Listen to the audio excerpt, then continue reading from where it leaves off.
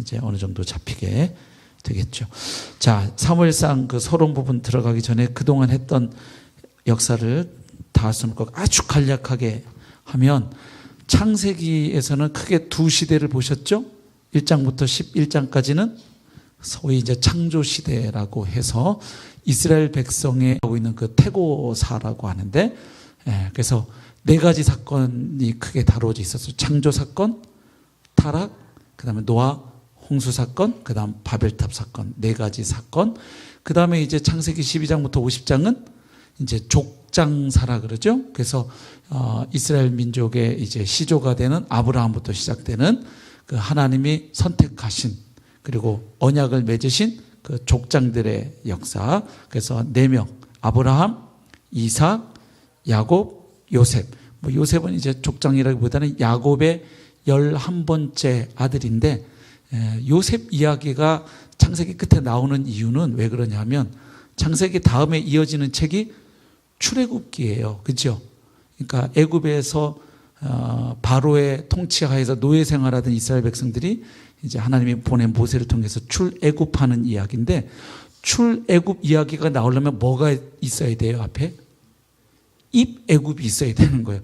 왜 가나안 땅을 약속받은 아브라함의 후손들이 왜 애굽에 가 있고 애굽에서 나오느냐 얘기를 하려니까, 이제 그 흉년 이야기라든지 또 하나님이 먼저 요셉을 보내서 이집트의 총리가 되게 하시는 이야기, 그래서 야곱의 70가족이 건너가는 이야기, 그 이야기를 해야 했던 것이죠.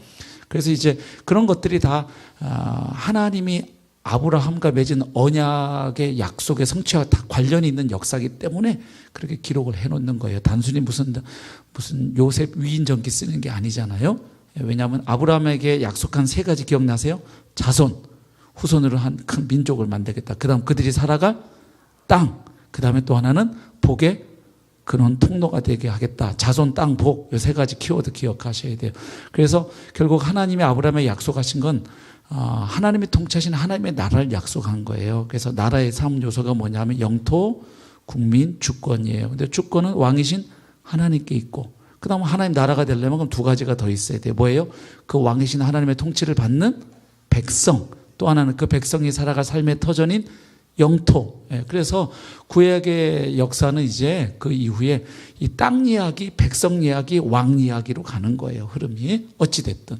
자, 그렇게 해서 이제 출애굽기 오면 이제 출애굽하는 이야기, 그리고 출애굽한 이스라엘 백성과 하나님의 신의 산에서 뭘 맺으시죠? 이제 민족적으로 언약을 체결하시는 이야기, 그래서 십계명과 율법을 주시는 이야기 나오고, 어찌됐든 자 그렇게 해가지고 출애굽 시대, 그 다음 출애굽한 이스라엘 백성들이 바로 가나안 땅 들어가는 게 아니라 광야에서 40년을 방황하죠.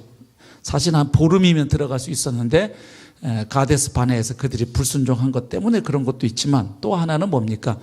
이집트에서 이스라엘 백성들이 거의 430년간 무슨 생활을 했어요? 이 노예 생활을 했고, 그리고 그 이집트 땅에 있는 온갖 잡신들을 봤죠. 그죠? 그래서 그 이제 쉽게 말하면 때를 벗기는 기간들이에요. 다시 이제 가나안 땅만 주면 뭐예요? 그 노예 근성 그대로 쩔은 채로 들어가면, 그러니까 이제 40년 광야 훈련기가 있고요. 그 다음에 이제 광야 기간에서 출애굽 1세대는 사실은 안타깝게 어떻게 되나요? 다 죽고 2세대와 여호수아와 갈렙이 들어가는데, 모세는 그 땅 앞에까지 딱 가고 못 들어가요. 느보산에서 죽죠. 그리고 이제 그 요단강을 건너서 그 땅을 정복해 들어가는 역할은 또 누구의 역할입니까? 여호수아입니다. 그래서 여호수아를 가면 이제 땅 정복하는 이야기, 그 다음에 땅 분배하는 이야기예요. 그리고 나서 이제 여호수아가 죽고 나서는 무슨 시대로 넘어가나요?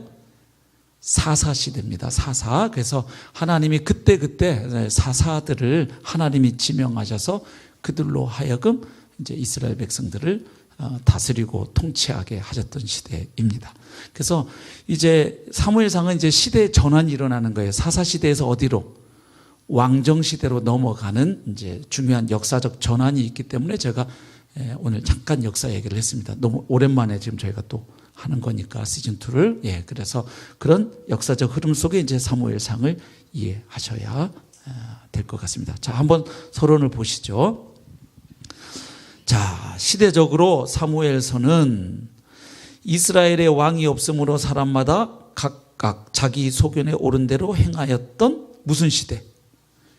요 패턴이 사사기에 몇 번 나오는데 이게 다 사사시대의 특징이에요. 그래서 사사시대 이후의 역사를 기록하고 있는데, 그래서 사사하고 왕하고 가장 결정적인 차이점이 뭘까요?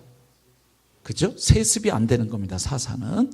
왕은 세습이 되는데 사사는 세습이 안 됩니다. 아버지가 사사라고 해서 아들이 사사가 되는 게 아닙니다. 그리고 사사는 임시적으로 일했다가 또 전쟁 끝나고 나면 어떻게 해요? 자기 생업으로 또 돌아가고 막 그래요. 근데 이제 왕은 상설, 그 왕궁에 머물면서 군대도 있고 뭐 이렇게 좀 달라지죠. 어쨌든 사사시대 이후의 역사를 기록하고 있는데 새 인물에 대한 이야기가 주도적으로 나타나고 있습니다. 그 새 인물이 누구냐 하면 첫 번째는 바로 이스라엘 역사에서 사사시대와 왕정시대, 왕정시대는 왕이 다스리는 시대를 말하죠. 그 있는 다리 역할, 가교 역할을 했던 사람, 선지자이면서 또 제사장이기도 했습니다. 누구일까요? 사무엘입니다. 사무엘. 하나님이 들으셨다 뭐 이런 뜻을 가지고 있죠. 사무엘과 그 다음 두 번째 이스라엘의 초대 왕이었던 누구? 사울. 사울. 그리고 이스라엘 역사에서 가장 위대하고 사랑받는 왕인 다윗. 그래서 사무엘 상하를 어쨌든 두 권을 다 통틀어서, 원래 히브리 성경에서는 상하가 한 권으로 되어 있어요. 근데 히브리 성경을 헬라어로 번역할 게 이제 셉투아진트라 그러는데 70인역이에요. 그래서 그 70인역에서 이제 사무엘 상과 하로 나누었고, 오늘날 우리 성경이 이제 그 패턴을 따르고 있는데, 요 세 인물 기억하면 돼요. 사무엘, 사울, 다윗. 그 다음 사무엘서는 원래 히브리 성경에서 한 권이었지만 헬라어로 번역할 때 두 권으로 나뉘었다. 사무엘상은 이스라엘의 지도력이 누구에서 누구로? 사사에서 왕으로 넘어가는 과도기를 그리고 있으며, 과도기입니다. 그 다음 마지막 사사이면서 첫 번째 선지자인 사무엘의 출생 이야기로부터 시작을 합니다. 그죠? 여기 나오는 그 여인의 이름이 누구냐면 한나입니다. 한나. 우리 교회도 한나 자매가 있죠. 네. 교회마다 한나 자매는 꼭 있습니다. 제가 이렇게 설교하러 다른 교회 부흥회 인도하러 가면 꼭 교회마다 한나 자매가 꼭 있어요. 네. 자, 그래서 전국의 한나 자매들을 다 모으면 어떤 일이 일어날까요? 이런 얘기를 쓸데없는 이야기라고 합니다. 자, 이런 건 적지 마세요. 사무엘의 출생 이야기로 시작해서 이스라엘의 첫 번째 왕인 사울의 죽음으로 끝이 납니다. 자, 그래서 사무엘상 개요를 전체 아웃라인을 보면 크게 세 파트로 나눌 수 있겠습니다. 첫 번째는 사무엘 이야기인데, 이제 사무엘 얘기하면서 자연스럽게 나올 수밖에 없는 인물이 제사장이었던 엘리죠. 그래서 사무엘과 엘리의 이야기 뭐 이렇게 표현해 볼 수 있겠습니다. 사무엘상 1장부터 7장까지. 그래서 그 안에 있는 세부 내용들 자 이렇게 5파트로 다시 밑에 써놨습니다. 그 다음 큰 두 번째 파트는 이제 사무엘이 이제 이스라엘의 지도자로, 영적 지도자로 세워진 다음에 이제 사무엘과 이제 누구의 이야기냐면 사울의 이야기입니다. 사무엘과 사울의 이야기. 자, 그것은 8장부터 15장까지. 두 번째 파트. 그 다음에 이제 세 번째는 사울과 다윗의 이야기. 아주 그 쫓고 쫓기는 아주 영화 추격자 보는 기분이죠. 여기 읽으면 추격전이 벌어집니다. 사울과 다윗의 이야기가 16장부터 31장까지죠. 그리고 이제 사무엘 하 가면 이제 본격적인 이제 다윗의 이야기가 나오는 거죠. 자, 그 다음에 이제 사무엘상 전체 개요는 이렇게 세 파트로 나눠볼 수 있겠고, 내용을, 그 31장의 내용을 이렇게 좀 간단하게 요약을 해놨습니다. 쭉, 한번 읽어가면서 답 정리하면 내용이 어느 정도 이미 읽어오신 분들은 정리가 될 거고, 이제 아직 못 읽으신 분들은 오늘 이걸 듣고 이제 이번 주에 돌아가셔서 다음 주 올 때까지 사무엘상을 쫙 읽으시기 바랍니다.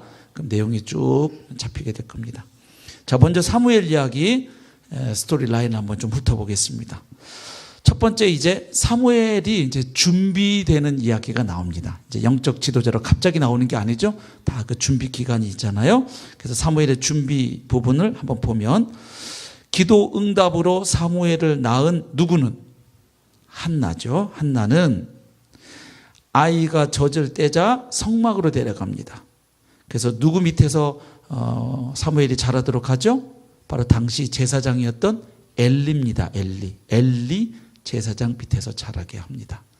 예, 근데 참 한나 마음이 좀 한편으로는 기대도 되면서 한편으로는 좀 착잡했을 거예요. 왜냐하면 당시에 엘리 제사장이 그렇게 영적으로 이렇게 밝은 상태가 아니었고 엘리의 두 아들 녀석들은 완전히 논팽이도 이런 논팽이가 없었죠. 완전 불량자들이었죠. 그러니 사실은 아들 맡기면서도 참 얼마나 마음에 그런 생각이 있었을까 이런 생각을 좀 하게 돼요. 그럼에도 불구하고 하나님께 서운한 게 있기 때문에 지켜야 했고 또 하나는 이제 하나님께서 그럼에도 불구하고 우리 아들을 붙잡아 주실 것이다라는 이제 믿음으로 아이를 맡기게 되죠. 자, 그래서 엘리 제사장 밑에서 자라게 됩니다. 근데 사무엘이 어렸을 때 그때 이스라엘의 상태가 참 암울했죠. 사무엘의 어린 시절에는 이스라엘에 뭐가 희귀했냐? 하나님의 말씀이 희귀했어요. 이스라엘 백성에게. 이거 치명적인 거죠? 하나님의 백성인데 하나님의 말씀이 희귀해요. 그럼 이거 참 암담한 상황이죠. 하나님의 말씀과 이상, 희귀, 아주 드물었다 이 말이죠. 따라서 영적으로 매우 어두웠던 시대입니다. 예. 그래서 보면 영적으로 어두운 시대는 또 하나님이 새로운 시대를 열 인물을 꼭 준비하셔요. 가만히 구속사를 보면. 그래서 우리가 영적으로 힘들고 어두운 시대를 살 때 아유 시대가 이러니까 할 수 없지 우리도 그냥 체념하고 대충 살지 이렇게 하는 것은 믿음의 태도가 아닌 줄로 믿습니다. 그렇죠? 보면 시대가 어려우면 어려울수록 그 시대 하나님은 다시 그 시대 앞에 무릎을 꿇지 않는 그루터기들을 준비하십니다. 아멘? 예, 항상 그렇게 해서 하나님의 구원 역사는 면면이 이어져 왔던 것을 우리가 알 수 있습니다. 이런 영적으로 캄캄한 상황에서 하나님은 이제 어린 사무엘을 부르십니다. 그 부르는 스토리 아시죠? 처음에 이제 처음 들어보니까 사무엘은 이게 누구 음성인지도 모르고 누구 음성이라고 생각하죠?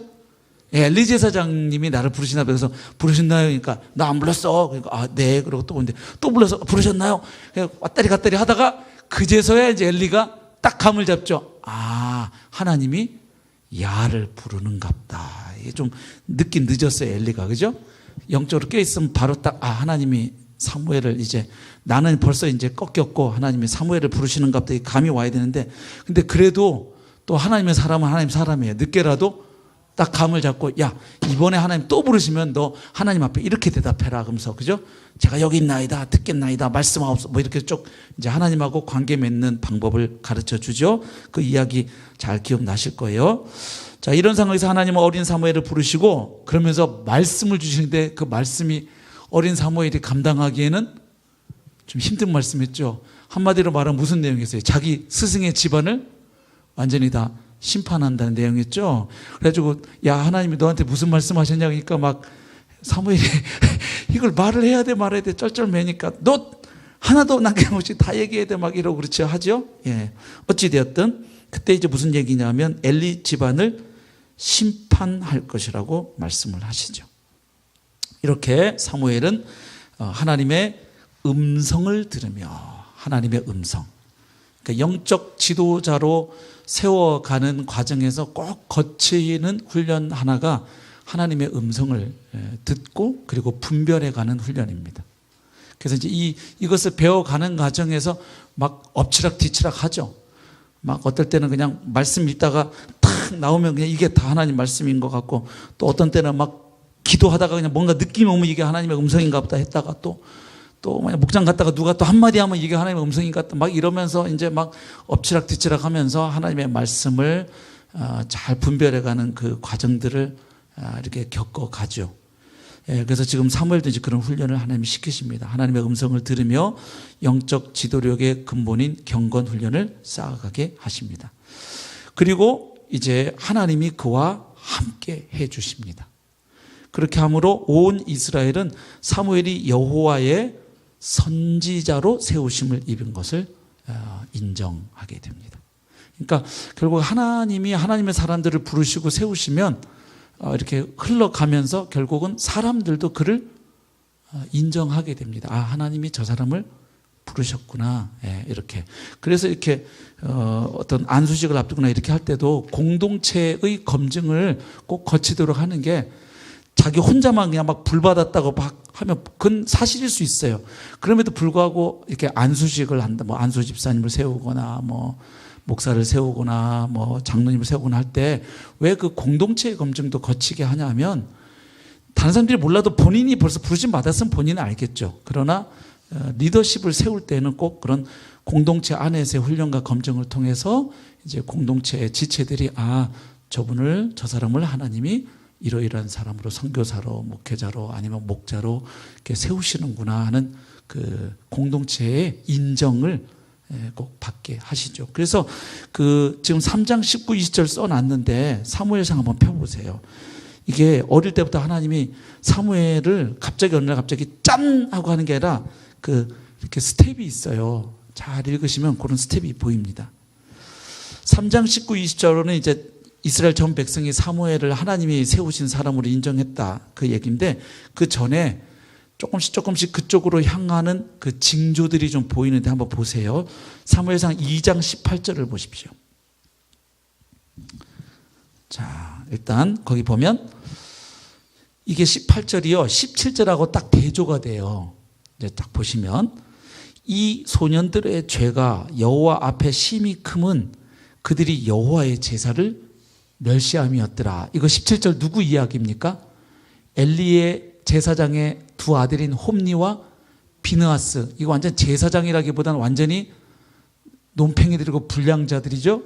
예, 그러니까 지금 이게 예나 지금이나 항상 이런가 봐요. 이게 목회자 아들들이 뭐 아니면 도인 경우가 많아요. 보면. 네. 그래서 그렇죠.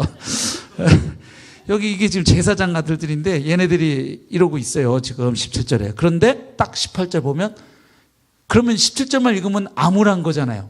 지금 엘리도 이제 나이 들어서 희미한데, 그러면 누구라도 좀 바로 서야 돼요.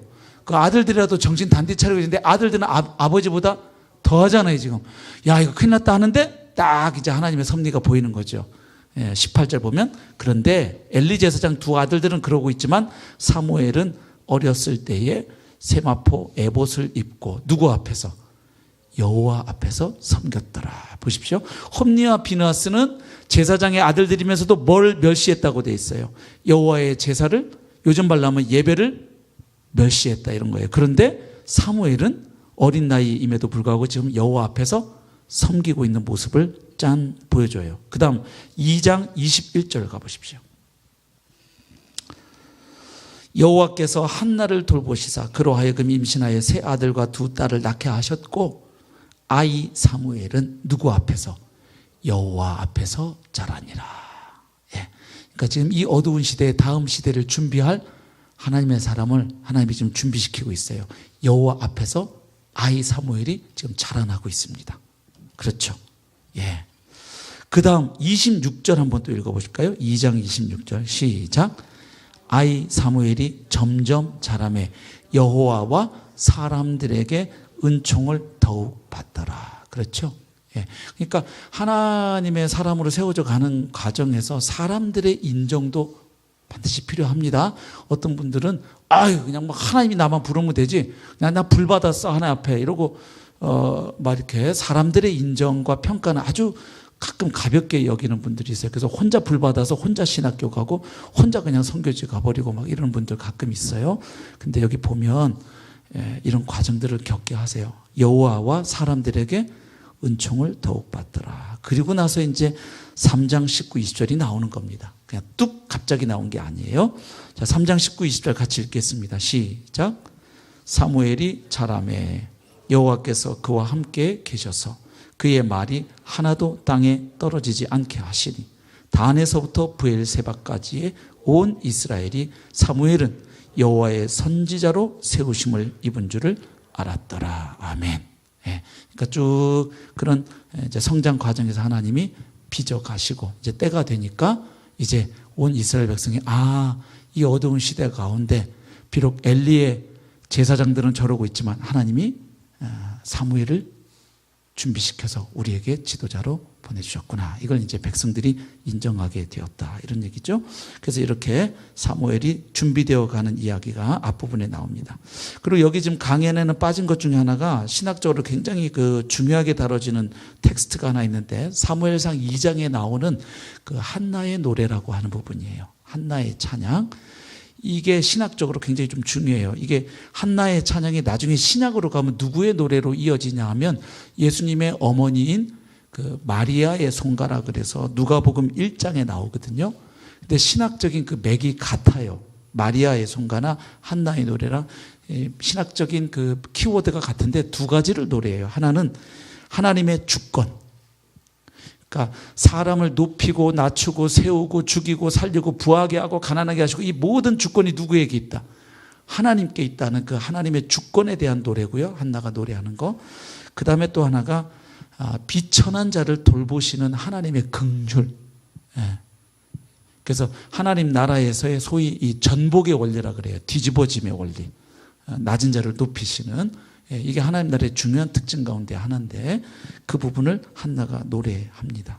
나중에 한번 읽어보세요. 2장 1절부터 10절 보면 사무엘만 훌륭한 게 아니고요. 사무엘의 어머니인 한나의 믿음과 영성도 대단합니다. 그 어머니의 믿음이 있었던 것을 알게 돼요. 한나가 또 그냥 나온 게 아니에요. 그 엄마의 기도를 보면 시대를 내다봅니다. 새로 시대를 이미 내다보면서 쫙 노래하죠. 한나가 한번 나중에 읽어보세요. 1절부터 10절까지. 자, 그 다음 사무엘 당시의 시대상을 보면 어떤 시대인지를 말해주는 큰 세 가지가 있는데 첫 번째는 블레셋의 위협입니다. 블레셋. 시옷 받침 쓰면 되겠습니다. 블레셋. 이 블레셋이라고 하는 민족이 어떤 사람들이냐면 이스라엘 백성이 가나안 땅을 정복한 직후에 애굽으로 밀려갔던 사람들이에요. 그래가지고 가나안 동남쪽 해안에 정착한 말하자면 해양 민족입니다. 그래서 해양 민족은 좀 특성상 어떤 특징을 갖냐면 조금 호전적이에요. 좀 투쟁적이에요. 왜냐하면 밀리면 어디입니까? 자기 땅에서 밀리면 어디예요? 바다잖아요. 바다. 그래서 자꾸 이렇게 뻗어가려는 일본도 보면 대동아 이래가지고 그죠? 침략 전쟁 하죠.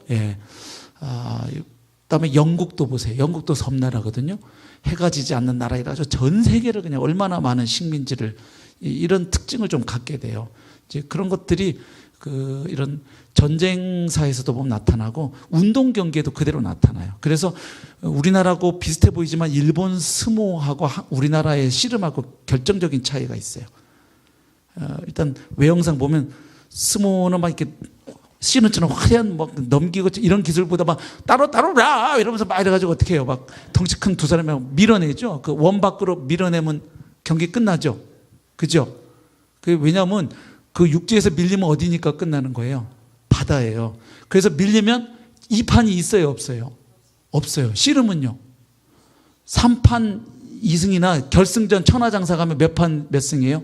5판 3선승이 있거든요. 한 판 져도 뒤집을 수가 있는데 스모는 보면 한 판 딱 밀려서 나가면 경기 끝. 그런 의식이 깔려 있어요. 어찌됐든 그래서 이게 이 블레셋이 해양민족인데 이 사람들이 그렇게 이스라엘 백성한테 밀려났는데 나중에는 두고두고 이스라엘 백성들에게 아주 골칫덩어리가 된지. 왜냐하면 이 사람들이 철기 문화를 소유하기 때문에 그래요. 철기 문화를 바탕으로 이 블레셋이 아주 이제 호전적인 민족인데 유다를 압박하고 단을 쫓아냅니다. 그래서 이 블레셋 사람들은 나중에 이제 다윗이 이들을 완전히 정복하고 나서 그 지역에 평화가 오거든요. 이스라엘 입장에서는. 그때가 될 때까지 블레셋은 끊임없이 아주 이스라엘에게 계속 위협이 되었던 민족입니다. 그래서 사무엘 당시의 시대상은 일단 정치 군사적으로 보면 블레셋의 위협이 계속 있었던 그런 시대. 두 번째, 좀 정치가 이렇게 불안하면 그럼 영적 지도자들이라도 깨 있어야 되는데 이게 더 암울한 거죠. 2번 종교 지도자의 타락과 부패 및 하나님의 심판이 있었던 시대입니다. 그죠? 하나님의 심판. 자, 거기 쭉 강의 내용 읽어갑니다. 늙은 엘리는 이제 더 이상 영적으로도 육체적으로도 이제 쇠해가지고 제사장 직분을 잘 감당할 수 없었고, 그의 두 아들이 누굽니까? 이럴 때 한번 이름이라도 써봐야 한번 기억이 나실 것 같아요. 홉니.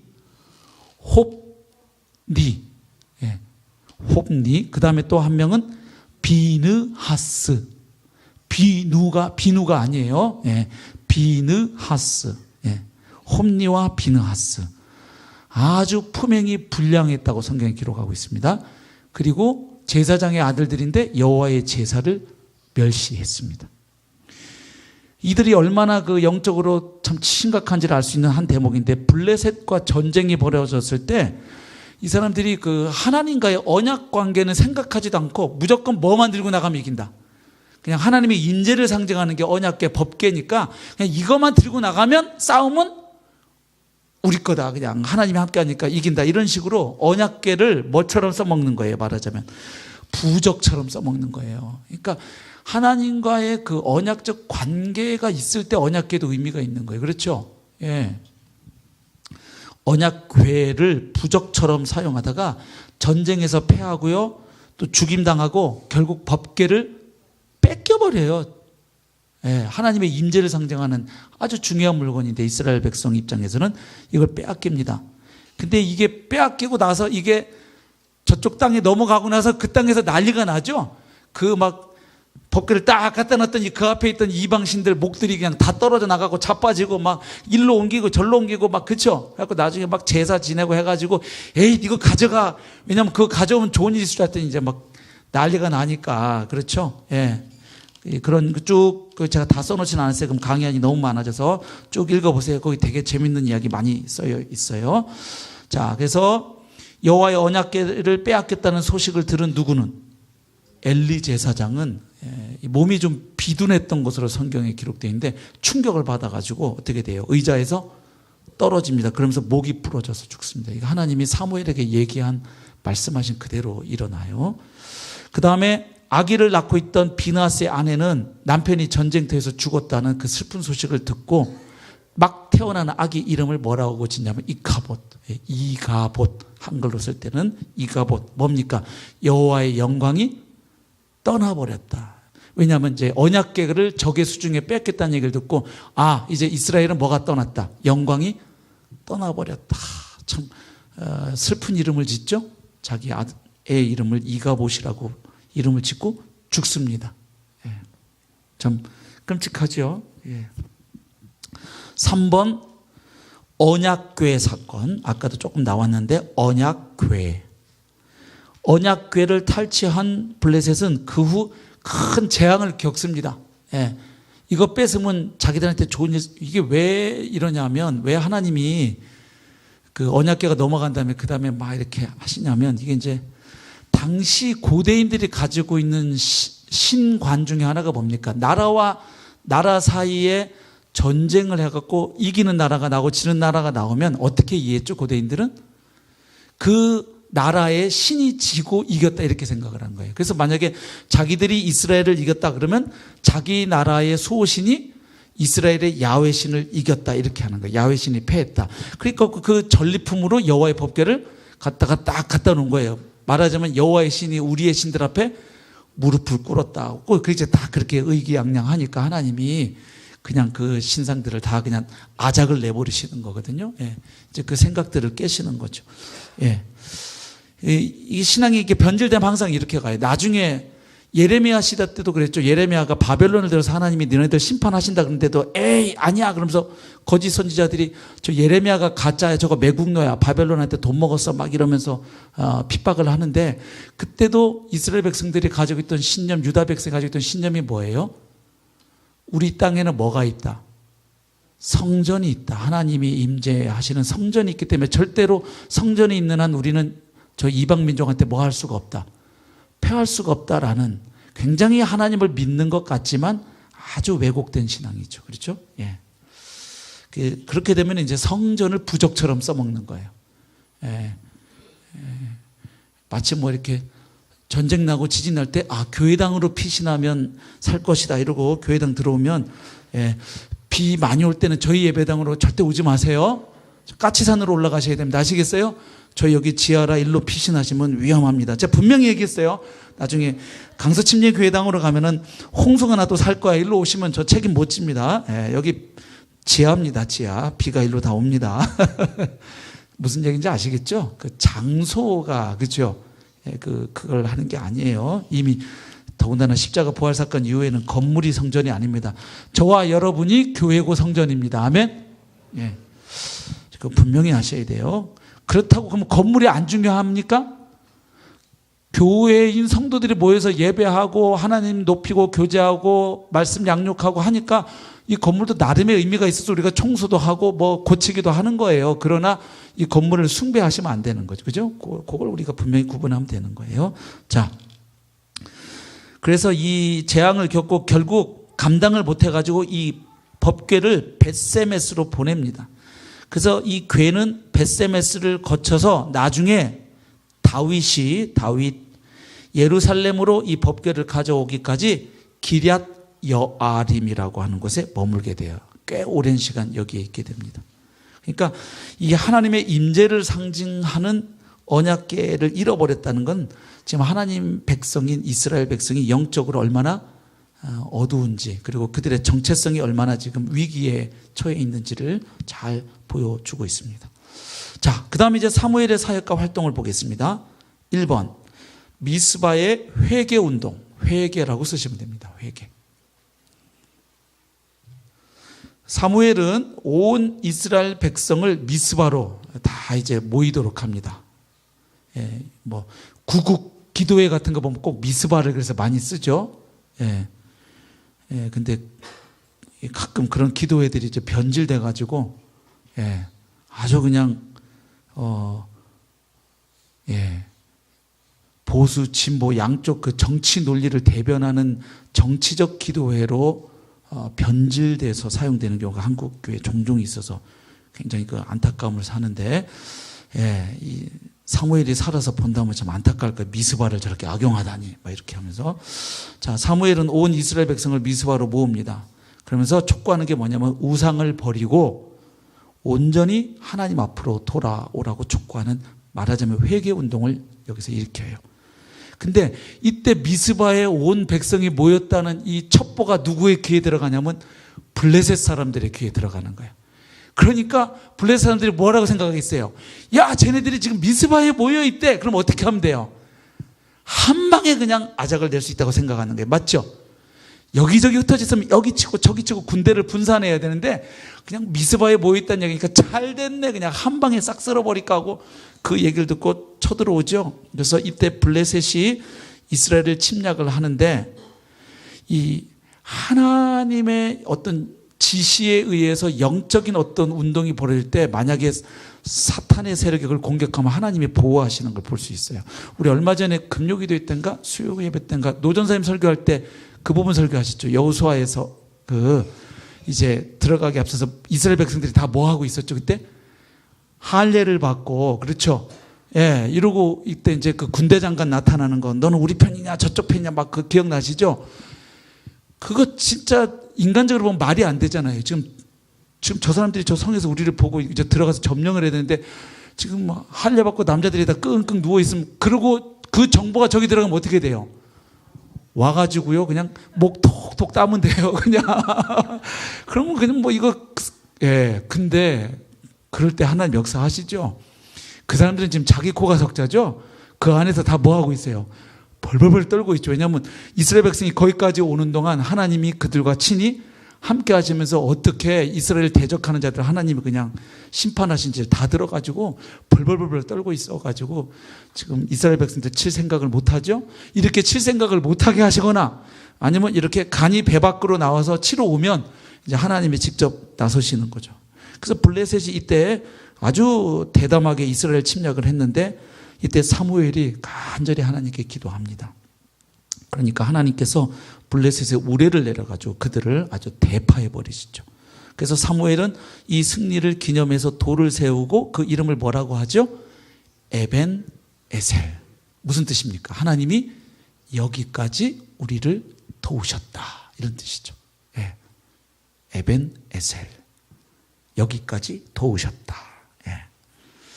그래서 성경에는 종종 이런 어떤 굵직굵직한 하나님의 사건들이 있을 때마다 어떤 탑을 세운다든지 뭐 이렇게 해서 그 기념비를 이렇게 합니다.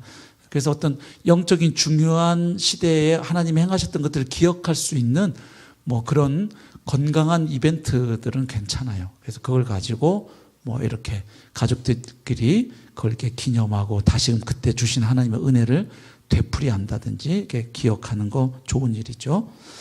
예. 하나님은 우리가 그 까마귀 고기 먹는 걸 별로 안 좋아하세요. 예. 예. 하나님이 주신 그 은혜와 승리들을 자꾸 우리가 너무 잘 까먹잖아요. 그래서 자꾸 이렇게 되풀이하라 그러시죠. 성만찬도 뭐예요? 주님의 십자가 은혜를 계속 반복하면서 그 의식을 통해서 주님 오실 때까지 그걸 기념하고 기억하라는 거 아니에요? 예, 그런 것들을 하나님의 은혜들을 우리가 자주 이렇게 다시 되살려 기억하는 거 좋은 일이죠. 에벤에셀의 기념비.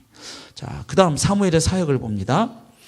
사무엘은 해마다 세 군데를 순회합니다. 예, 이럴 때 한번 이름 한번 써보겠습니다. 벳엘, 디귿 받침이죠. 벳엘. 하나님의 집, the house of God, 그런 뜻이죠. 벳엘. 그 다음 두 번째는 길갈. 그 다음에 세 번째가 미스바. 예, 미스바. 그래서 이렇게 벳엘, 길갈, 미스바 이 세 군데를 이렇게 순회 사역을 해요. 예. 순회 선교단이 여기서 영감을 얻어서 나왔나요? 예. 쓸데없는 얘기예요. 이런 거 다 잊어버리세요. 근데 또 사무엘상 내용은 다 까먹고 꼭 이런 것만 기억하는 성도님들이 계셔서 가끔 제 마음을 어렵게 하는데 그런 거 다 까먹으세요. 네. 벳엘, 길갈, 미스바 이런 거 기억하셔도 좋아요. 네. 순회하면서 뭐 하느냐? 하나님의 백성들을 가르치고 다스립니다. 그러니까 하나님의 언약 백성인 이스라엘 백성들이 하나님의 법에 따라 살아가도록 가르치는 거예요. 말씀 교육하는 거예요. 그리고 또 한 가지 중요한 사역을 하는데 고향인 라마에서는 뭘 하느냐? 선지자들을 훈련합니다. 예, 선지자들을 훈련해요. 말하자면 이제 신학교 사역을 하는 거예요. 사무엘이. 첫 번째 선지자로 일컬어지는데 마지막 사사이면서 또 제사장이면서 첫 번째 선지자라고 보통 불려지는 이 사무엘이 선지자들을 훈련을 해요. 그래서 이 사무엘이 시작한 이 선지자적인 영성의 전통이 훗날에 어떻게도 쓰임받냐면 왕정 체제로 넘어가잖아요. 이제 이스라엘의 왕이 하나님을 대신하여 다스리는 체제로 넘어갔을 때 이 선지자들이 결국 하는 역할이 뭐냐면 이스라엘의 왕은 이방 나라의 왕하고 절대로 다릅니다. 그렇죠? 이방 나라의 왕은 자기 권력을 강화하고 뭐 이렇게 하겠지만 이스라엘의 왕은 철저하게 누구의 뜻에 따라 통치해야 하는 겁니까? 하나님의 나라이기 때문에 하나님의 통치를 대행하는 자로서 하나님의 아들이라고 불려지는 거예요. 그래서 늘 율법을 곁에 두고 왕은 그걸 읽어야 돼요. 근데 왕이 또 자기 욕심에 따라서 막 엉뚱한 짓을 할 때 옆에서 책망하고 다시 하나님의 언약을 지키도록 권면하고 경계하고 이렇게 회개를 촉구하는 인물이 누구냐면 선지자들입니다. 예. 예. 그래서 그 역할을 하게 되죠. 예. 그래서 왕들이 하나님과의 그 언약에 충실하도록 촉구하고 경계하는 역할을 선지자들이 하게 되죠. 자, 세 번째, 왕정 체제로 전환시키는 일을 사무엘이 하는 겁니다. 그러니까 한나가 참 대단한 일을 한 거예요. 한 시대를 이스라엘에서 시대를 전환시키는 인물을 낳은 거예요. 어떻게 보면 자기 아들을 그 일에 바친 거죠. 그죠? 서원한 대로. 예. 그래서 왕이 통치하는 다스리는 체제로 전환시키는 일을 바로 이 사무엘이 합니다. 예. 그러니까 이게 시대를 전환시키는 그죠? 인물은 굉장히 큰 인물들이죠. 사무엘의 아들들이 사무엘처럼 온전하게 행하지 못하자. 그래서 이 사무엘서를 읽다 보면요, 그 사무엘서 전체의 가장 핵심 주제라고는 볼 수는 없으나 나름 중요하게 생각해 볼 주제 하나가 뭐냐면 자녀 교육에 대한 이슈예요. 사실은 왜 그러냐면 엘리 제사장이 하나님의 심판을 받는 이유 중에 하나가 뭐냐면 하나님이 콕 찍어요. 네 아들들이 온 이스라엘 백성들한테 조롱을 듣고, 그죠? 니네 아들들의 행동을 다 알고 지금 막 그러고 있는데도 너도 그걸 알면서도 그냥 네 아들들을 제대로 책망하고 교육시키지 않았다고 하나님이 그걸 탁 집어서 얘기해요. 왜냐하면 엘리가 사람이 무력해서 그랬는지 너무 착해서 그런지 막 자기 자식들이 하는 그 아주 그냥 논팽이 짓들 막 웃긴 짓 하잖아요. 그 성전에서 시종 드는 여인들 막 겁탈하고 막 그냥 그 누구야 그 개 같은 일을 한 거예요. 아니 개가 그 도구가 아니고 누구지 그 정준영 막 그런 일을 한 거예요. 성전에서 이 엘리 아들들이. 근데 막 그런 성폭행 막 그런 거 촬영 사건이 막 올라오는데 투서가 올라오는데 얘들아 그러지 마. 우리 제사장이잖아. 경건하게 살아야 돼. 알았지? 그리고 또 가만히 있어요. 그럼 또 올라오면 얘들아 그러면 안 돼. 이러고 이제 막 그냥 회초리를 치든지 자식들을 어디 그냥 순회선교나 복음학교에 일주일을 집어넣든지 뭘 이렇게 해야 되는데 그러면 안 돼. 얘들아 안녕. 그리고 이렇게 해가지고 왜냐하면 이제 지도자들이니까 제사장을. 그래서 그거에 대해서 하나님이 찍으세요. 그래서 그 부분을 읽을 때는 야 진짜 우리 부모된 이로서 우리가 아이들에게 본을 보이고 또 말씀 교육시켜야 되겠다 막 이런 잘 살아야 되겠다는 생각이 드는데 사무엘의 아들들을 또 보면 이러면서 또 기도하게 돼요. 왜요? 사무엘은 너무 훌륭하잖아요. 사무엘서 읽어보면 사무엘은 거의 큰 흠이 안 나와요. 그렇죠? 물론 인간이지라 그도 흠이 있었겠지만은 그래도 아주 치명적인 무슨 이런 게 안 나오는데 딱 사무엘의 흠이라면 뭘 잘못한 거예요? 자녀 교육을. 그래가지고 백성들이 와요. 이렇게 얘기를 해요. 사무엘님, 당신은 정말 우리 온 백성이 존경한다. 근데 당신의 아들들은 영 아니오시다. 이렇게 얘기를 해요. 그러니까 이런 거 보면 엘리는 본인이 좀 영적으로 희미하니까 애들들이 그랬다 치는데 사무엘은 훌륭했잖아요. 그렇죠? 이런 것도 보면 그냥 우리가 열심히 잘 산다고 애들도 또 저절로 잘 크냐? 또 그건 또 아닌 거예요. 많은 경우는 맞죠. 부모의 뒷모습을 보고 애들은 배우는 거니까 부모가 잘 살면 또 따라오는 것도 맞는데 절대적인 건 아니에요. 그렇죠? 이런 거 보면 진짜 기도가 절로 나오죠. 왜냐하면 사무엘은 너무 훌륭하잖아. 아빠는 훌륭한데 자식들은 또 왜 그 모양이냐고. 이게 옛날에 한경직 목사님도 그거 고민하셨거든요. 한경직 목사님 진짜 한국 기독교 100년 사이에 한번 나올까 말까 그 성자 같은 분이 집에 사시는데도 그 한 목사님의 둘째 딸인가 누군가는 예수를 안 믿었어요. 그래가지고 한 목사님이 고민을 많이 하셨어요. 그러니까 예수님 같은 분이 집에 있는 거예요. 아빠가 너무 거룩하셔서 딸이 상처를 받았나? 불편해서? 모르겠어요. 하여튼, 다른 사람들은 그 아빠 때문에 막 감화를 받는데 또 한 딸은 그렇게 훌륭한 아빠를 보면서 예수를 안 믿어요 또. 그러니까 참 그런 거 보면 우리가 부모로서 최선을 다해서 해야 되겠지만 우리가 한다고 저절로 그러면 애들이 딱 이런 아이들이 또 나오느냐? 그것도 또 아니라요. 그러니까 그런 거 보면 우리가 할 도리는 최선을 다해서 하지만 늘 누구에게 또 의탁할 수밖에 없나요? 하나님께 맡겨야 되는 거예요. 내가 잘했다고 애들도 저절로 이게 그렇지 않아요. 딱 사무엘서를 읽으면 양극단이 나와요. 그래서 여기 이제 그 얘기가 나오는 거예요. 사무엘의 아들들이 사무엘처럼 온전하게 행하지 못하자 백성은 사무엘에게 누굴 요구합니까? 왕을 세워달라고 요청을 합니다. 그러니까 이제 훌륭하면 당신에 의해서 당신의 아들들이 우리를 다스려주면 좋겠다 이렇게 할 텐데 당신은 우리가 존경한다. 근데 당신의 아들들은 영 우리가 볼 때 아니오지 하다. 그러니까 저 이방 나라 백성들처럼 우리도 좀 왕을 하나 세워다오 이렇게 하는 거예요. 그래서 그때 막 사무엘이 근심해요. 왜냐하면 그 얘기는 결국 누구를 버린 거인 걸 아는 거예요. 이스라엘의 왕은 오직 한 분이세요. 누구세요?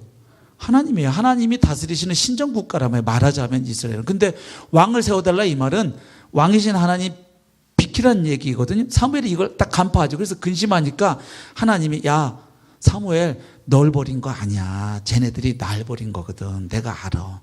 근데 그냥 세워줘라 이렇게 허락을 하셔요. 자, 하나님은 사무엘에게 그들이 버린 것은 사무엘이 아니라 하나님 자신이라고 말씀하시면서 왕을 세우도록 허락하십니다. 허락. 근데 그럼 마지못해서 하신 거냐? 근데 또 그렇지를 않은 게요. 사실 하나님은 그 빈칸에다가 쓰세요. 신명기에서.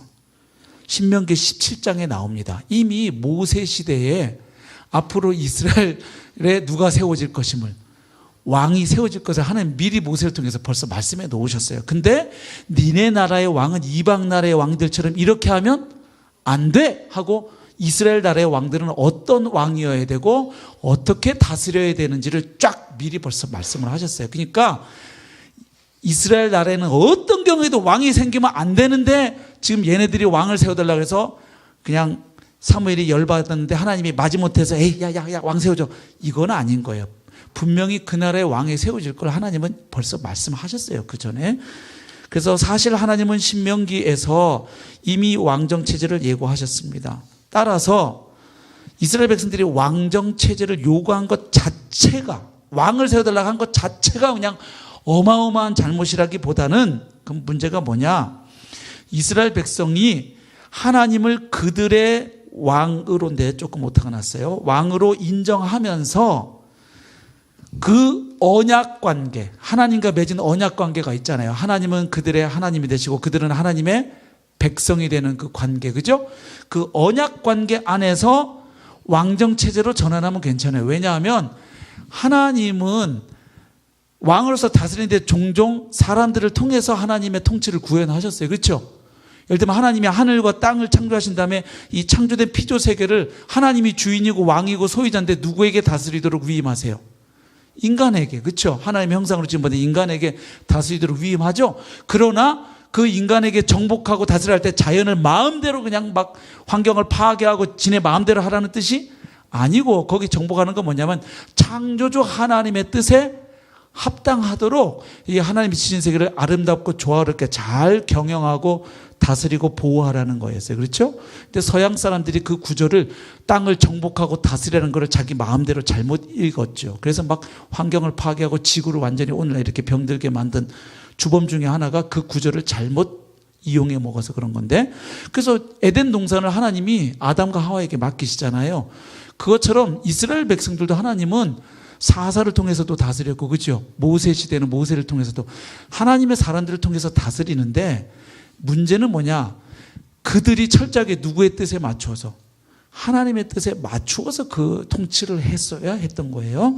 근데 지금 그 언약 관계 안에서 왕정체제로 가면 괜찮아요. 그런데 이 사람들이 왕을 달라고 요구한 그 동기가 뭐냐면 사무엘상 읽어보면 이방인의 풍속을 흉내내려고 그렇게 한 거예요.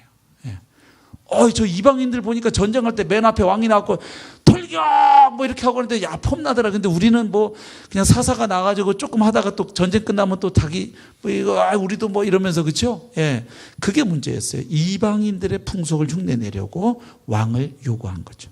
예. 자, 사울 이야기 쭉쭉 가겠습니다. 사울의 등장. 사울은 베냐민 지파입니다. 베냐민 지파에 속한 기스의 아들이었고요. 아버지가 잃어버린 나귀 새끼 찾으러 나갔다가 왕 된 사람이에요. 나갔다가 선지자 사무엘을 만나서 기름 부음을 받고 왕이 됩니다. 근데 이때 왕이 됐을 때 초기만 해도 사울은 굉장히 어떤 캐릭터죠? 굉장히 겸손한 인물로 드러나죠? 예, 막 이렇게 막 뒤에 숨고 그러죠?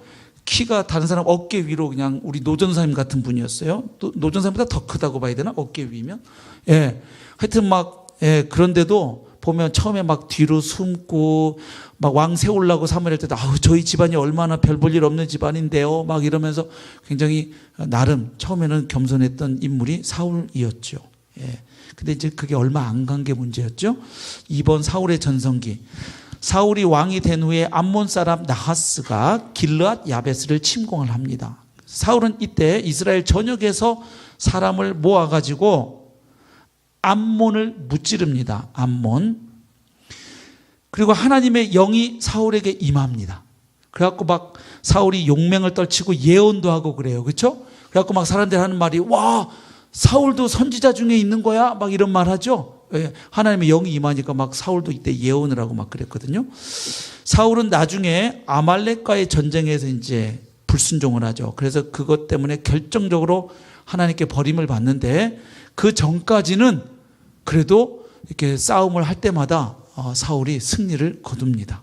예. 자, 그 다음 사울이 이제 넘어지는 내용을 보겠습니다. 크게 세 가지 사건인데, 첫 번째는 제사장이 드리도록 되어 있는 제사를 왕인 자신이 직접 드리는 사건이죠.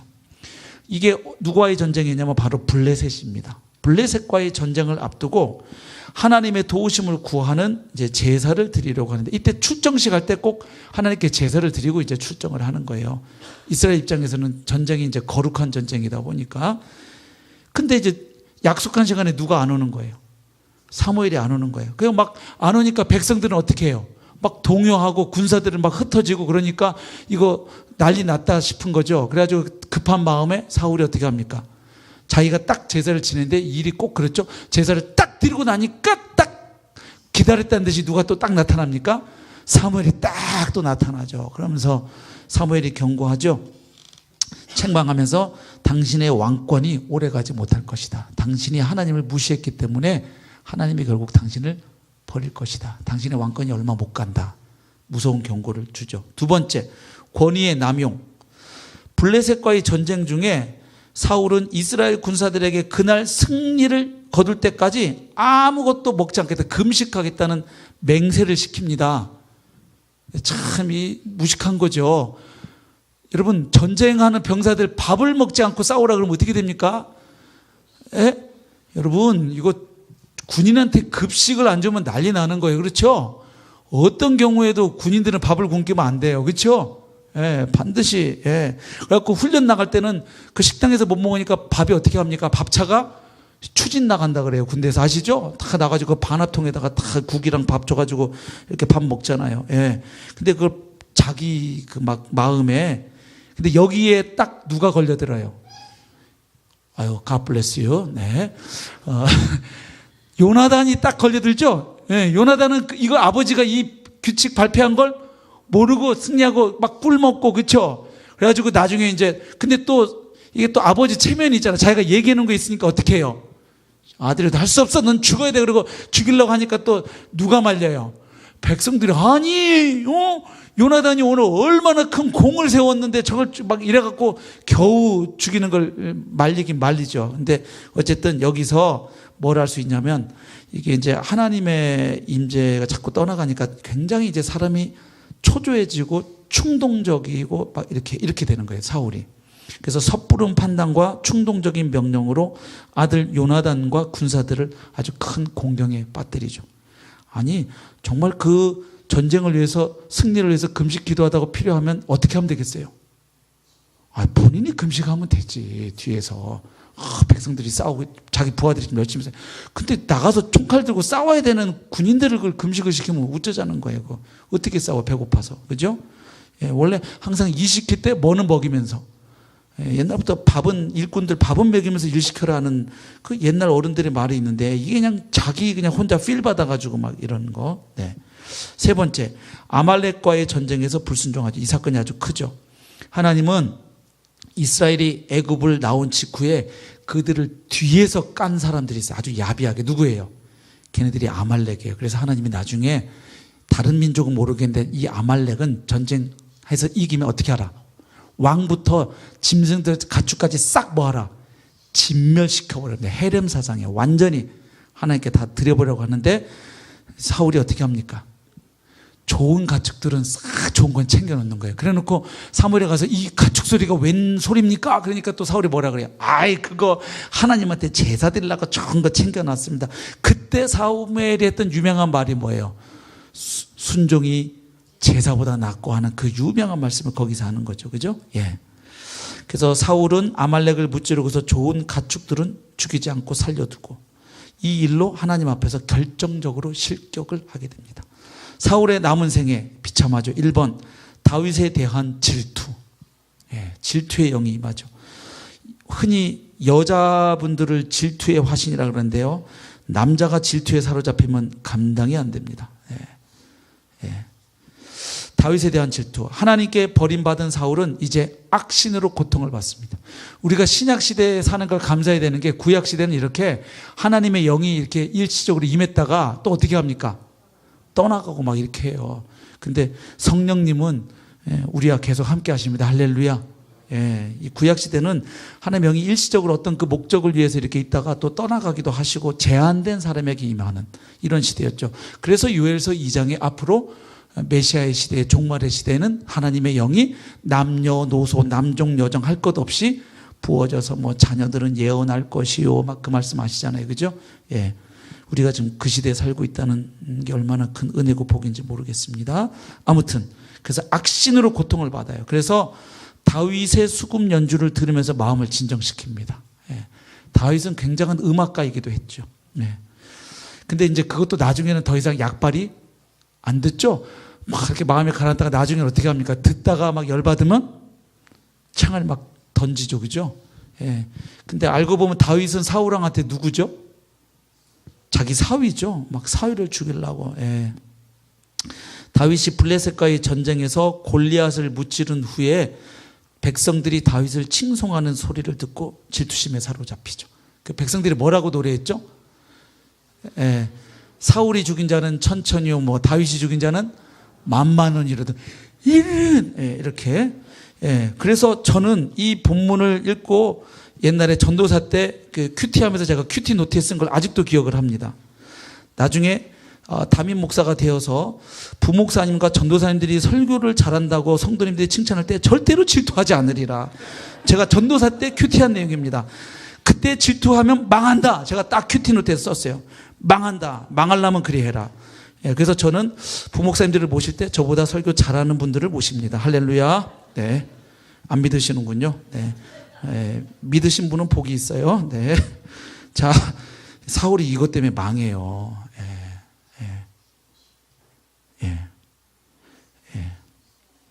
제가 전도사 때 몇 달에 설교 한 번 시키면 얼마나 준비를 많이 하겠어요. 몇 달을 준비해서 하니까.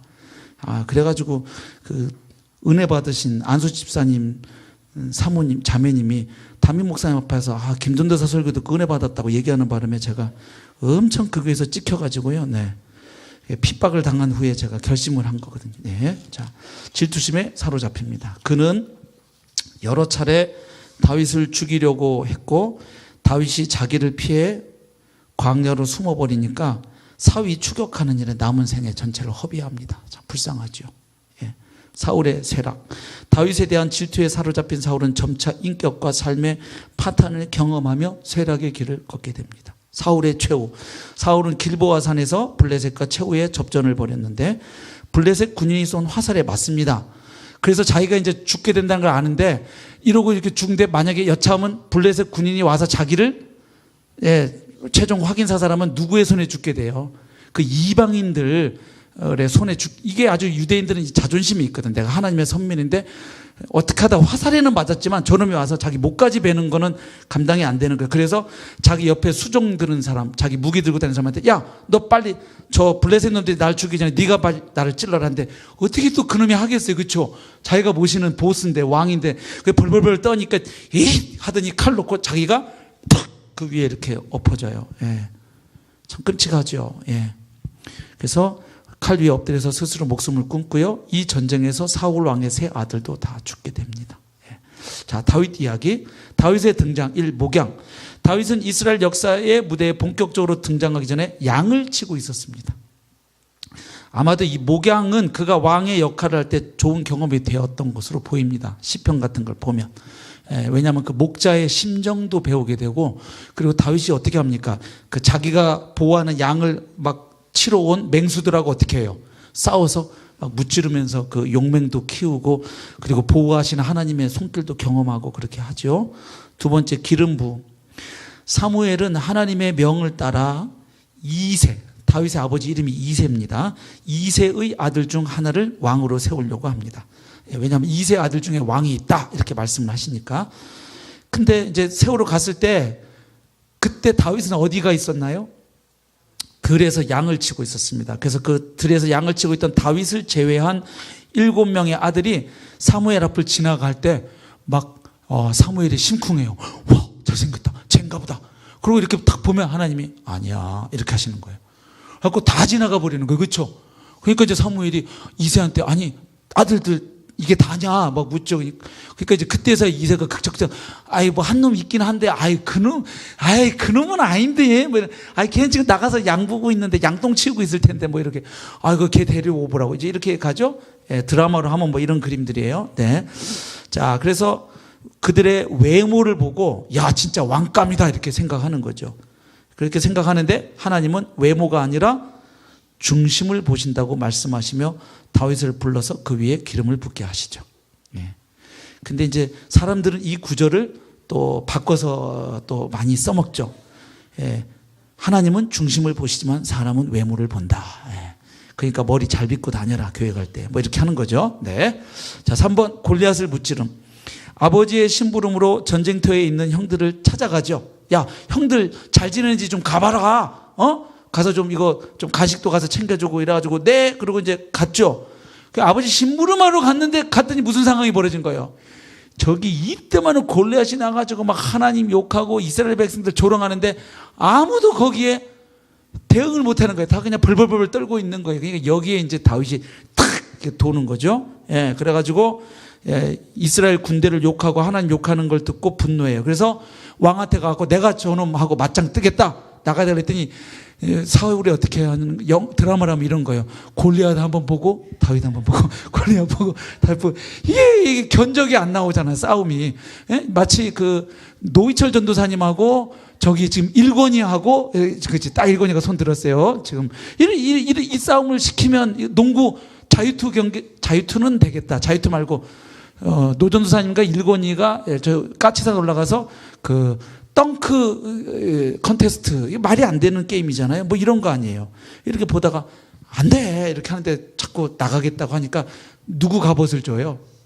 예, 사울 왕. 야 그럼 이거라도 입고 나가서 싸워 했는데 입으니까 어떻게 돼요? 이거 무게에 처해서 싸우기도 전에 자기가 넘어지게 생기니까 다윗이 그거 안 하고 평상시에 자기가 익숙하던 그죠? 이 물맷돌 딱 준비해 갖고 가죠. 예, 평상시에 준비되어 있던 그 무기를 들고 나가죠. 하지만 사울은 골리앗의 장담과 다윗의 연소함을 생각하고 주저합니다. 마침내 사울의 허락을 받은 다윗은 물매를 던져 골리앗을 쓰러뜨리고 이스라엘의 큰 승리를 가져옵니다. 이 일로 그는 일약 이스라엘의 영웅이 되죠. 그 다음에 다윗의 판단이 아닌데 다윗의 저기 도피라고 좀 써놓으세요. 도피. 자, 초기에 다윗은 먼저 노베에 있는 제사장 아히멜렉을 찾아갑니다. 그래서 거기서 떡과 무기를 얻고, 왜냐하면 왜 쫓겨다니는 거죠? 누가 쫓아오니까? 사울 왕이 죽이겠다고 쫓아오니까. 그 후에는 가드 왕 하기스가 아닙니다. 아기스입니다. 이러면 딱 외워주시겠죠? 이제 이렇게 하면 꼭 어떤 분 여기다 하기스라고 쓰는 분 꼭 한 분은 계시더라고 교회 안에. 잘 지우세요. 아기스예요. 아기스에게 몸을 의탁하려다가 골리앗을 죽인 자로서 오히려 생명의 위협을 느끼게 돼요. 딱 아는 거죠. 저 다윗 저놈이 골리앗 죽인 그놈이에요. 뭐 이렇게 되니까. 그래서 무슨 흉내를 하느냐? 대원군하고 비슷해요. 미치광이 흉내를 냅니다. 침 질질 흘러가 막 이렇게 해요. 참 다윗의 생애도 드라마틱합니다. 미치광이라고 쓰든지 좀 글자가 어렵다 싶으면 미친 사람 이렇게 쓰시면 됩니다. 네 글자가 힘들면 미친 놈 이렇게 쓰시면 안 되겠어요. 네, 미치광이 흉내를 내며 그 위기를 벗어납니다. 다윗이 어디로 도망가느냐? 아둘람굴로 도망가자 여러 어려움에 처한 400명, 나중에는 이게 600명까지 늘어납니다. 근데 막 대단한 엘리트들이 온 게 아니고 다 그냥 진짜 인생 그냥 진짜 막 패배자들이 다 여기저기서 다윗 곁으로 와요. 그런데요, 놀라운 역사가 또 일어나죠. 이들이 다윗과 생산을 같이 하면서 나중에는 이 사람들이 뭐가 되느냐? 다윗의 군대와 내각을 구성하게 됩니다. 군대와 내각. 그리고 다윗이 어디로 피신하느냐면 모압으로 피신합니다. 그랬다가 선지자 갓의 충고를 따라서 다시 어디로 돌아오느냐? 유다 광야로 돌아옵니다. 유다 광야. 마지막 7페이지. 유다로 돌아온 다윗은 그일라 거민들을 블레셋의 손에서 건져줘요. 그때 아히멜렉의 아들 제사장인 아비아달이 이 에봇 아시죠? 하나님의 뜻을 판단할 때 쓰는 도구인데 에봇을 가지고 다윗을 찾아옵니다. 그리고 다윗은 아비아들이 아니고 아비아달을 통해서 뭘 알게 되느냐? 그일라 사람들이 자신을 사울의 손에 넘겨줄 것이라는 걸 알게 돼요. 참 비정한 현실이죠. 그일라 사람들을 누가 구해줬어요? 다윗이 구해줬는데 또 그 사람들이 또 다윗을 넘길 거라는 걸 딱 알게 되는 거예요. 하나님의 음성을 듣고 거기를 떠납니다. 그래서 10항무지 40항무지 아주 그냥 여기저기 전전해 다녀요. 그리고 다윗은 이렇게 유다 강에 머무는 동안 2번이나 누구를? 사울을 죽일 수 있는 기회를 얻었지만 그렇게 안 합니다. 근데 이게 참 대단한 거예요. 왜냐하면 이미 사울 왕은 하나님이 버렸어요. 그리고 이미 누구를 기름 부었습니까? 하나님이 다윗 자기를 이미 기름 부었어요. 근데 그럼에도 불구하고 아직 실제적인 왕의 자리에는 오르지를 못했어요. 근데 다윗이 자기가 이 사울을 죽일 수 있는 저루의 길을 2번이나 줘도 죽이지 않는 이유는 뭐냐면 비록 사울이 타락했고 지금 하나님의 버림을 받아서도 어쨌든 그 사울 왕을 기름 부었던 분이 누구라는 거예요? 하나님이라는 거예요. 그래서 이미 하나님이 제꼈지만 적어도 하나님이 기름 부음 받아 세운 자를 하나님이 그를 버리고 제낄 수는 있지만 내가 하지는 않겠다는, 내가 하지는 않겠다. 내 손으로 그가 잘못했을 때 하나님이 그를 버리고 하나님이 그를 심판하시고 징계하시지만 하나님이 기름 부음 받은 자를 내가 내 손으로 처단하고 죽이는 일은 내가 감히 하지 않겠다. 이게 하나님의 주권을 인정하는 거예요. 왜냐하면 죽이면 바로 이제 누가 왕이 될 수 있습니까? 자기가 오르는 거예요. 근데 이렇게 하나님의 때를 서둘러 인간적인 방법으로 그때를 쟁취하지 않겠다는 믿음이에요. 하나님이 기름 부으셨으니까 나를 하나님의 왕 대신하여 다스리는 왕의 자리에 앉힐 때까지 그 하나님의 때를 기다리는 믿음이 이 믿음도 굉장한 믿음입니다. 그렇죠? 우리는 진짜 이거 쉽지 않은 것 같아요. 왜냐하면 하나님이 자기를 기름을 안 부었으면 언감생심 꿈도 안 꿔. 그렇죠? 근데 하나님이 자기 기름 부은 걸 자기는 알잖아요. 아는데도 이 하나님의 주권의 때를 기다린다는 거 이건 참 쉽지 않은 일을 다윗이 해냅니다. 3번 시글락. 유다에 계속 머물러 있으면 사울의 추격을 결국에는 피할 수 없다고 생각한 다윗이 마침내 블레셋의 몸을 숨기기로 하고 아기스를 찾아갑니다. 이거 굉장히 아이러니컬하죠. 다윗이 죽인 골리앗이 어디 장소예요? 블레셋 아니에요. 근데 지금 장인어른한테 쫓겨서 목숨 구하려고 어디로 가는 거예요? 블레셋으로 가는 거예요. 마치 이게 독립 운동하다가 어디로 이 망명 가는 거냐면 일본으로 망명 가는 막 이런 그림 비슷한 거, 약간 그렇잖아요. 블레셋의 몸을 숨기기로 하고 아기스를 찾아갑니다. 그리고 아기스는 다윗 일행을 시글락에 머물게 합니다. 사울은 다윗을 더 이상 이제 추격하지 않습니다. 뭐 남의 나라 갔으니까. 다윗은 시글락에서 1년 4개월을 머무르고 그동안 아기스에게 충성을 다합니다. 참, 근데 이게 참 하나님의 도우심이 없으면 다윗이 나중에 왕이 되는 게 이게 하나님의 섭리가 아니면 불가능한 거예요. 왜 그런지 아시겠죠? 골리앗을 죽인 거는 1등 공신인지 모르지만 시글락한테 가서 충성을 다한 거는 이스라엘 입장에서 다윗은 무슨 짓을 한 거예요? 완전히 매국노 짓을 한 거지. 적의 왕에게 충신 역할을 한 거 아니에요. 그러면 이거 아주 이력서에 아주 치명적인 거 한 줄 남긴 거예요. 맞죠? 쉽게 말하면 대한민국 대통령을 꿈꾸면서 아베 밑에 가가지고 총리하다가 온 거예요. 예를 들면 아베 밑에서 국방부 장관 하다가 나중에 대한민국 대통령 선거에 나와보세요. 되겠어요? 그날로 떨어지지. 후보로 나오지도 못하지. 그러니까 이게 참 이 다윗의 생애를 보면 이게 하나님의 이 진짜 도우신가 이게 없으면요 다윗이 왕이 기름 부음 받았어도 왕이 되는 게 불가능한 게임이에요. 사실은 지금 가는 길을 보면 죽을 뻔도 수십 번 죽을 뻔하고 그죠? 예. 자, 그래서 아기스에게 충성을 다하고 그 후에 아기스가 사울과 전생이 아니고 전쟁입니다. 전쟁을 하게 되는데 이 그림 이해되세요? 자, 이거 이제 난리 났어요. 지금 제가 대한민국 대통령이 나오려고 준비하는 놈인데 아베 밑에서 지금 이게 그 장관을 하고 있는데 한국하고 전쟁이 벌어진 거예요. 근데 이런 상황이에요. 지금 다윗이. 그래갖고 지금 근데 또 다윗이 어떻게 해요? 나도 그 전쟁에 나가겠다.